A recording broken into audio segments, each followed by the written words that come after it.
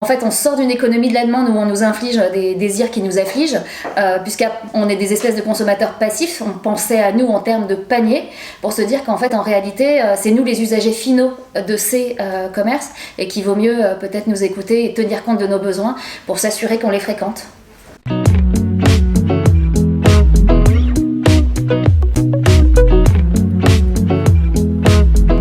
Nadia, bonjour. Bonjour. Tu es la fondatrice de C'est ma rue. Première question toute bête, est-ce que tu peux nous présenter ce qu'est C'est ma rue? Alors C'est ma rue, c'est une démarche qui permet en fait aux habitants de participer à la définition du tissu commercial près de chez soi.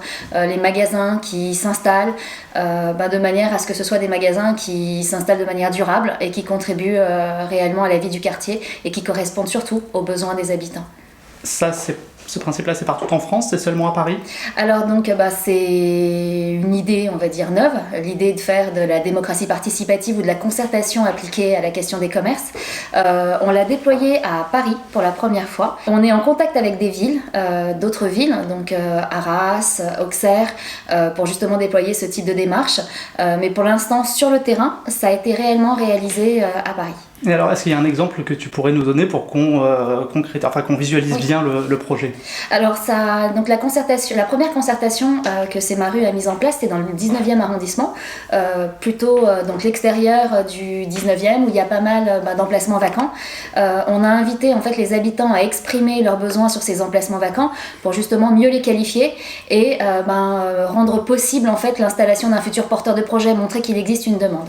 Le premier besoin, l'un des premiers besoins qui a émergé, c'est notamment les primeurs. Avec ce besoin, on l'a remis, c'est un mandat habitant qu'on a remis au bailleur social et aussi à la CEMAEST avec qui nous collaborions, qui avait donc un local vide dans la zone, et ils viennent d'installer l'anti-gaspi, donc l'enseigne anti-gaspi, donc imprimeur. Alors c'est la question que j'allais te poser parce que nous on a une sensibilité chez les Pandarous qui est très écolo, solidaire.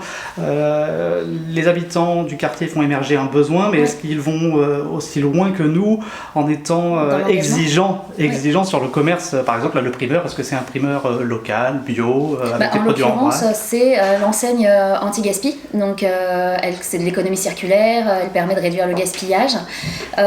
Et le projet en lui-même, il est fondé sur justement des exigences de développement durable, de mobilité douce. Parce que pourquoi est-ce que j'ai créé C'est ma rue avec mon associé? C'est qu'en tant qu'habitante, il y avait des commerces vacants en bas de chez moi, ou des commerçants qui s'installaient et qui fermaient 6 mois plus tard, parce qu'il y avait la grande distribution qui était là et qui asséchait tout, parce que le petit commerçant lui-même, en réalité, aujourd'hui, il dispose pas des armes d'une grande enseigne pour faire son étude de marché et comprendre les besoins alentours.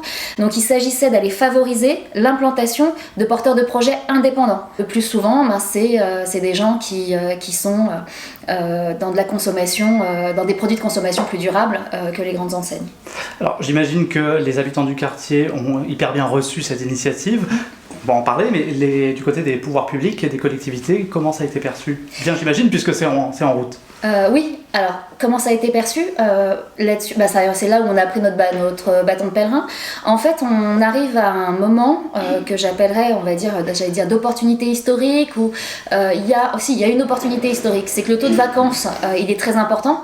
La crise de la consommation est là, donc même les enseignes les plus qui ont pignon sur rue ont du mal à prendre un local comme ça. Il leur faut de plus en plus de garanties, ce qui fait que les acteurs, les promoteurs même, sont davantage à l'écoute d'une démarche de concertation. C'est-à-dire que pour vraiment trouver un commerce qui tienne, qui soit là, aujourd'hui on sait qu'il vaut mieux faire attention aux besoins des habitants. Oui, c'est un gage de réussite, quoi. Oui. C'est du bon sens. Donc c'est ça l'opportunité historique, c'est que en fait on sort d'une économie de la demande où on nous inflige des désirs qui nous affligent. On nous fait croire que le bonheur c'est d'avoir. Puisqu'on est des espèces de consommateurs passifs, on pensait à nous en termes de panier. De l'avoir plein nos armoires. Pour se dire qu'en fait, en réalité, c'est nous les usagers finaux de ces commerces et qu'il vaut mieux peut-être nous écouter et tenir compte de nos besoins pour s'assurer qu'on les fréquente. Donc la bascule dans l'économie de l'offre est une chance aussi pour la construction de la ville durable. Bon. Et comment ça fonctionne concrètement pour les gens qui veulent voter finalement, c'est un vote? Oui, Ouais. Cemaru, c'est une plateforme de concertation en ligne. Oui. Les habitants étaient invités en fait à se connecter sur cemaru.fr. Ils étaient géolocalisés et apparaissaient les commerces vides autour de chez eux.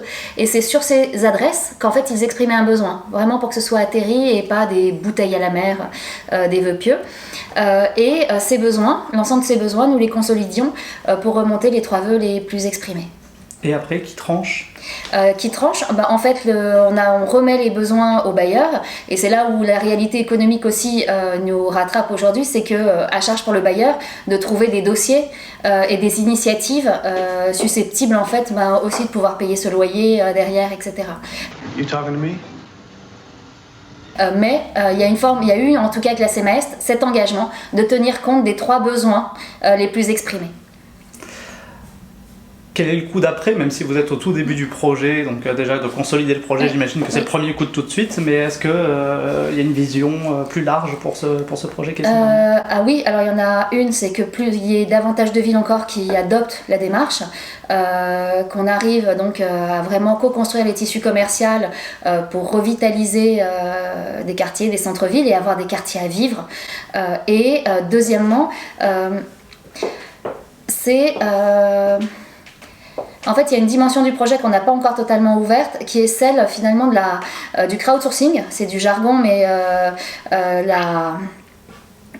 la qualification par l'habitant, en fait, que les habitants puissent eux-mêmes cartographier la vacance dans leur ville. Donc faire remonter comme ça des locaux vides et permettre en fait de pouvoir eux-mêmes se mobiliser pour un commerce près de chez eux en allant le qualifier et ainsi donner envie à des porteurs de projets de venir à leur rencontre par cette mobilisation.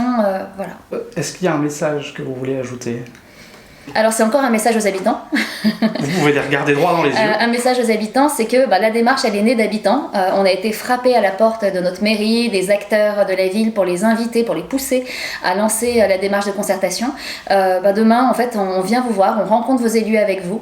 À vous d'inviter aussi vos élus, vos villes, à co-construire vos tissus commerciaux, vos centres-villes avec vous.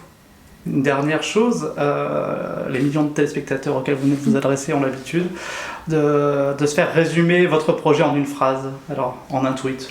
Alors Cemaru, donc en une phrase, faites venir les commerces dans votre quartier à besoin et permettez à des commerçants de s'installer de manière durable. Merci beaucoup. De rien.